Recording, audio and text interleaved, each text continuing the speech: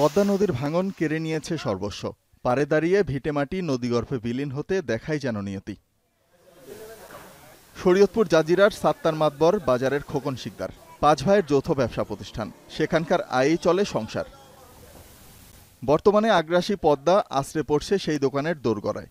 ভাঙন আতঙ্কে সরিয়ে নেওয়া হয়েছে দোকানের বেশিরভাগ মালামাল। পরিবারটির কপালে তাই চিন্তার ভাঁজ। আমাদের একবার দোকানের কাছে নদী এসে বসে, এখন আমরা কোথায় যাব, এখন দিশেহারা, এখন কোথায় যায় আশ্রয় নিব, আমাদের সেই জায়গাটুকু এখন নাই। স্থানীয় বাজারটির সব ব্যবসায়ীর অবস্থাই একই। চলতি মাসেই পদ্মা নদীর ভাঙনে সরিয়ে নেওয়া হয়েছে 33টি দোকান। বাজারটি রক্ষা করা না গেলে পথে বসতে হবে এখানকার অন্তত 200 ব্যবসায়ীকে। ভাঙন রোধে তাই দ্রুত সময়ে স্থায়ী ব্যবস্থা করার দাবি তাদের। বাজারের অবস্থা খুবই খারাপ। যদি আমার দোকান থেকে একটু দূরে আছে, যদি এই ভাঙাই জায়গা, তো আমি কোথায় যাব আর কিভাবে চলবো? আমার না খায়া মরতে হবে। আমার 4-5টা ঘর ছিল, একটা সরাইছি আর বাকিগুলো এখন সরাইতে আছি।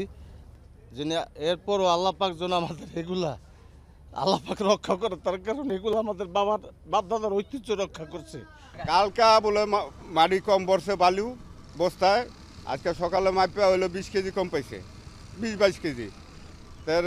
হে লেখা দিয়েছে, সেনাবাহিনীর লোক ছিল। আজকে দেখলাম দিন পরে খুললা হইলো, পরে 1 গামলা করে ভরে দিছে। পানি উন্নয়ন বোর্ড বালু ভর্তি জিও ব্যাগ ফেললেও শেষ রক্ষা হচ্ছে না। উল্টো কাজের মান নিয়ে উঠেছে প্রশ্ন।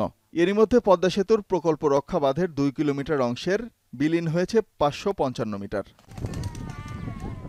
এদিকে চাঁপাইনবাবগঞ্জের সদর ও শিবগঞ্জ উপজেলায় পদ্মা নদীতেও ভাঙন দেখা দিয়েছে। নারায়ণপুর ইউনিয়নের গাউনিয়া বাগপাড়া থেকে খলিফার চর পর্যন্ত প্রায় 5 কিলোমিটার এলাকায় বিলীন হয়েছে ঘরবাড়ি, ফসলি জমি, বাজার, শিক্ষা প্রতিষ্ঠান সহ নানা স্থাপনা। সরিয়ে নেওয়া হয়েছে ভাঙন আতঙ্কে থাকা ইউনিয়ন পরিষদের দোতলা ভবন ও ঘরবাড়ি। নদীর পানি টানা 20 দিন থেকে বৃদ্ধি হওয়ার ফলে নদী ভাঙ্গন ক্রমশ বৃদ্ধি পাচ্ছে। পানি উন্নয়ন বোর্ড বলে প্রায় আশ্বস্ত করে আমাদের, কিন্তু তার প্রতিফলন আমরা এখন বন্ধ পাই নাই। পাশে আমাদের একটা যে বাজার আছে ঐতিহ্যবাহী নারায়ণপুরের, আমাদের জন্মের পর থেকে দিয়ে বাজারটা, অর্থাৎ নদীগর্ভে বিলীন হয়ে যাচ্ছে।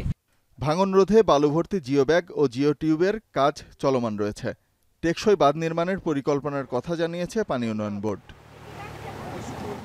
শোভন মাহমুদ খান, এখন।